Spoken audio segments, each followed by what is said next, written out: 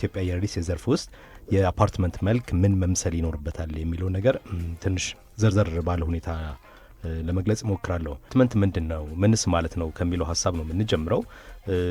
እንግዲህ በአዲስ አበባ በከተማችን አዲስ አበባ መሬት እጥረትና የዋጋ መጨመር ትልቅ ችግር ነው። አፓርትመንት በአንድ የመሬት ክፍል ላይ በተገነባ ህንጻ ብዙ ቤተሰቦችን ማኖርም ይችላል።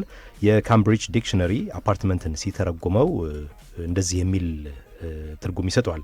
የአንድ ትልቅ ህንጻ አካል የሆነና ብዙውን ጊዜ ሁሉም በአንድ ፎቅ ላይ ያሉ መኖሪያ ክፍሎች ስብስብ እንደሆነ ይገልጻል።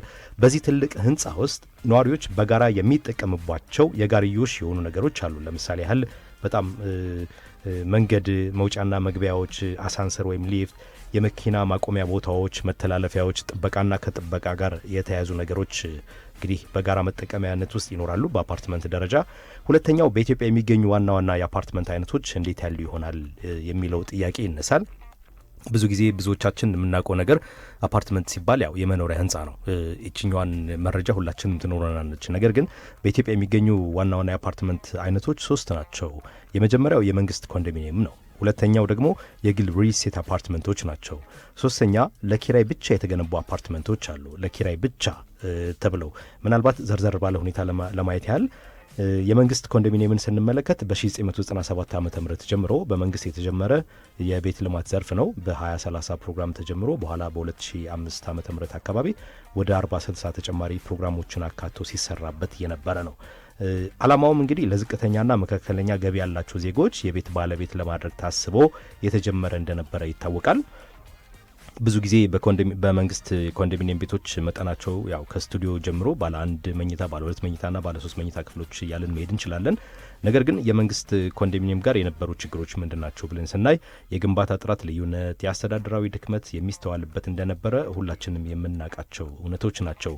ሌላው እንግዲህ የአፓርትመንት አይነት የግል ሪል ስቴት አፓርትመንቶች ናቸው። የግል ሪል ስቴት አፓርትመንቶች በግል የሪል ስቴት አልሚዎች የሚገነቡ ሲሆኑ ከመካከለኛ እስከ ከፍተኛ ደረጃ የሚገኘውን የህብረተሰብ ክፍል ለማዳረስ ዓላማ አድርገው የሚገነቡ ናቸው። የሚያጠቃልሏቸው ባህሪያት ደግሞ ስንመለከት ምናልባት አሳንሰር ወይም ሊፍት ይኖራቸዋል። የመሬት ስር የመኪና ማቆሚያዎች ይኖራሉ። የ24 ሰዓት የደህንነት ጥበቃ ይኖራል። እንደዚሁም ደግሞ ምናልባት ጄኔሬተሮችም ሊኖራቸው ይገባል። አንዳንዴም የዘመነ የቤት ስርዓት ወይም ደግሞ ስማርት ሆም ሲስተም የሚባለው ነገር የታገዙ ናቸው። እዚህ ጋር ለአድማጮቻችን ምናልባት ስማርት ሆም ሲስተም ወይም ይሄ የዘመነ የቤት ስርዓት ምንድን ነው የሚባለውን ነገር ትንሽ መረጃ ለመስጠት ያህል ከስማርት ሆም ሲስተም ጋር ተያይዞ ከበየነ መረብ ጋር የተገናኙ መሳሪያዎችና መገልገያዎችን እንደ መብራቶች፣ ቴርሞስታቶች፣ መቆለፊያዎች፣ ካሜራዎች ያዋሃዱ ይሆናሉ ማለት ነው። ይህም በማዕከላዊ መገናኛ የሚታገዝ ሴንትራል ወይም ደግሞ በእጅ ስልክ መተግበሪያ አማካኝነት የተሻሻለ ምቾትን፣ ደህንነትንና ኃይል ቆጣቢነትን ያቀርባል። አንዳንድ ጊዜም የድምጽ ትእዛዞችን ሊጠቀም ይችላል ማለት ነው ይሄ ስማርት ሆም ሲስተም የሚባለው ነገር። ሶስተኛው ለኪራይ ብቻ የተገነቡ አፓርትመንቶች ናቸው። እነዚህ ለኪራይ ብቻ የተገነቡ አፓርትመንቶች በተለይም ዲፕሎማቶች፣ የኤንጂኦ ሰራተኞች፣ የውጭ ሀገር ዜጎች ይኖሩባታል ተብሎ የሚታሰቡ ናቸው። እንደዚህ አይነት አፓርትመንቶች ብዙ ጊዜ በቦሌ፣ በካሳንችስ እንደዚሁም በሳር ቤት አካባቢ በብዛት እናገኛለን ማለት ነው። ከኢትዮጵያ የሪል ስቴት ዘርፍ ውስጥ የአፓርትመንት መልክ ምን መምሰል ይኖርበታል በሚለው ርዕስ ስር በሶስተኛ ደረጃ የምናገኘው የአፓርትመንት ዲዛይንና መዋቅር ነው።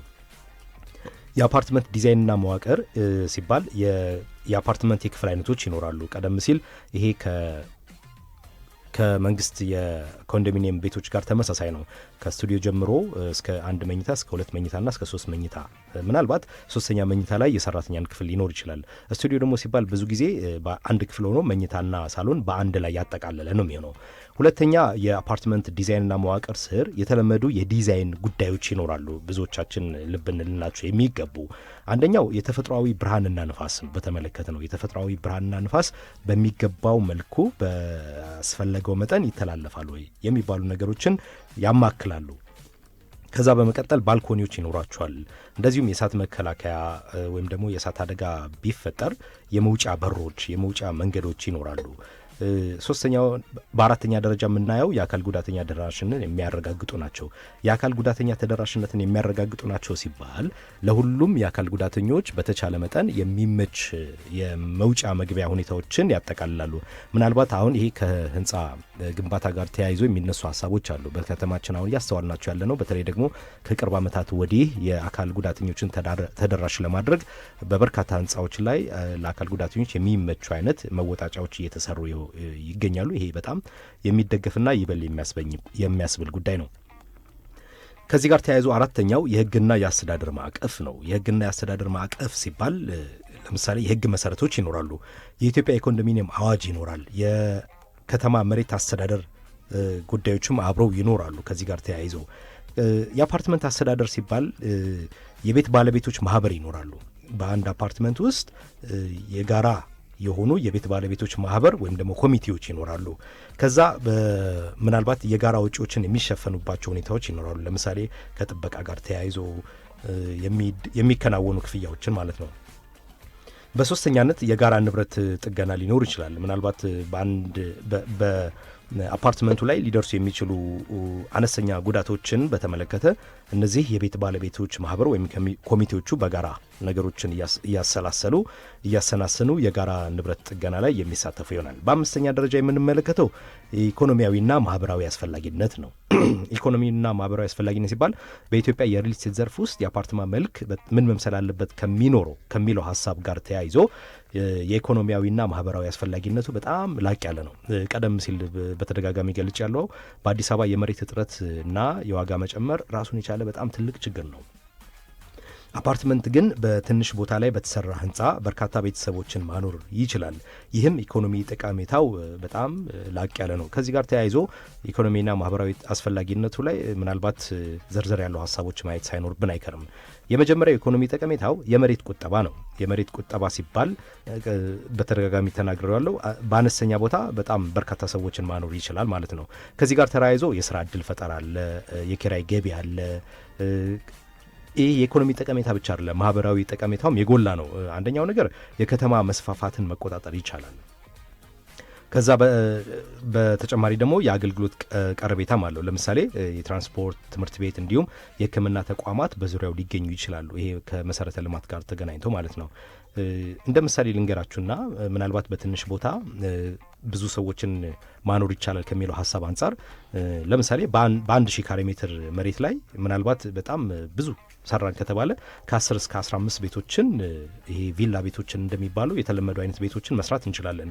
በአፓርትመንት ሲሆን ግን በ1000 ካሬ ሜትር አፓርትመንት ላይ ምናልባት ከ40 እስከ 60 አፓርትማ ቤቶችን መገንባት ይቻላል። እንግዲህ ከ40 እስከ 60 አፓርትማ ቤቶችን ስንገነባ በውስጡ ምናልባት ከ40 እስከ 60 አባወራዎች አሉ ብለን ብናስብ ልጆች ይኖራሉ፣ ሚስቶች አሉ፣ ሌሎች ወዳጅ ዘመዶችም ሊኖሩ ይችላሉ እና ምናልባት የሚይዘው የሰው መጠን በጣም ከፍተኛ ነው።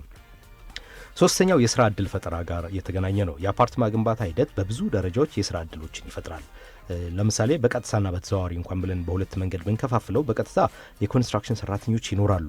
አርክቴክተሮች፣ ኢንጂነሮች፣ የኤሌክትሪክና የውሃ መስመር ዝርጋታ ባለሙያዎች፣ የጥበቃ አካላትን ጀምረን በጣም በርካታ ባለሙያዎች የሚሳተፉበት የግንባታ ዘርፍ ነው የሚሆነው።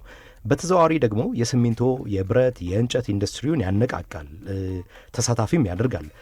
የትራንስፖርትና ሎጂስቲክም ጋር የተገናኙ ጉዳዮች አሉት። የንብረት አስተዳደር ጋር የተገናኙ ጉዳዮች አሉት እና እንደሚታወቀው የኮንስትራክሽን ዘርፍ በከተማ ኢኮኖሚ ውስጥ ከፍተኛ የስራ ዕድል የመፍጠር ኃይል እንዳለው እንግዲህ ሁላችንም የምናውቀው ነገር ነው። ስለዚህ አፓርትማ ቤቶች ደግሞ ራሳቸውን ችለው አንዱ የኮንስትራክሽን ዘርፍ አካል ስለሆኑ ብዙ ጠቀሜታቸው ይኖራቸዋል። ሌላው እንግዲህ የኪራይ ገቢ ጋር ተያይዞ ነው።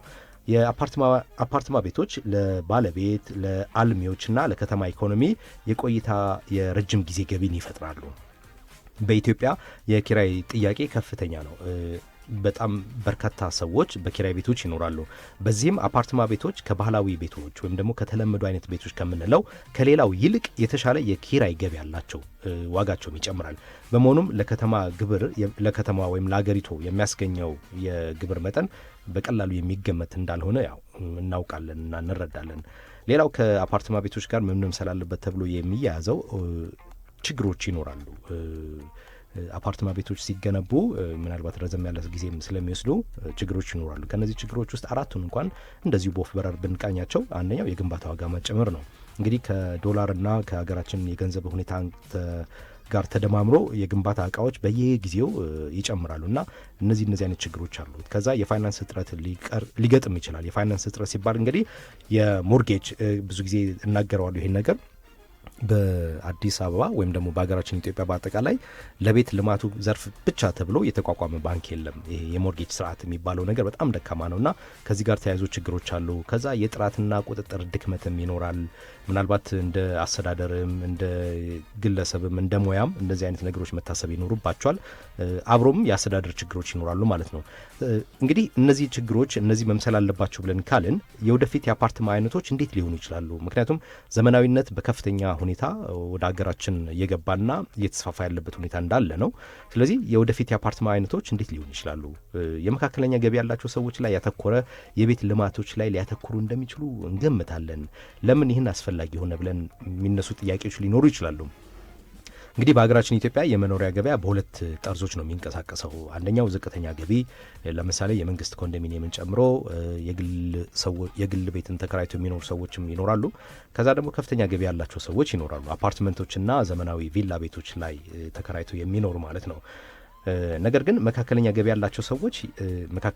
ያላቸው ሰዎች ብለን የምናስበው ምናልባት የመንግስት ሰራተኞች፣ የግሉ ዘርፉ ሰራተኞች ችግር ላይ ናቸው። ከዚህ ጋር ተያይዞና ወደፊት የሚሰሩ የአፓርትማ አይነቶች ምናልባት የመንግስት ሰራተኞችና እነዚህ የግሉ ዘርፍ ሰራተኞች ላይ አትኩሮታቸውን አድርገው ከዋጋም ከሁኔታዎችም አንጻር ትንሽ የመቀነስ አዝማሚያ ይታይበትና እነዚህን ሰዎች ማዕከል ያደረጉ የአፓርትማ ቤቶች ይኖራሉ ወይም ይገነባሉ የሚል እምነት ይኖረናል። ከዚህ ጋር ተያይዞ እንግዲህ በዚህ ዘርፍ የሚታዩ ለውጦች ብዙ ናቸው። አንደኛ እንግዲህ መጠነኛ ዋጋ ይኖራል ነው። መጠነኛ ዋጋ እንደገና ደግሞ ጥራቱ የተመጣጠነ አፓርትመንት ይኖራል ብለን ተስፋ እናደርጋለን።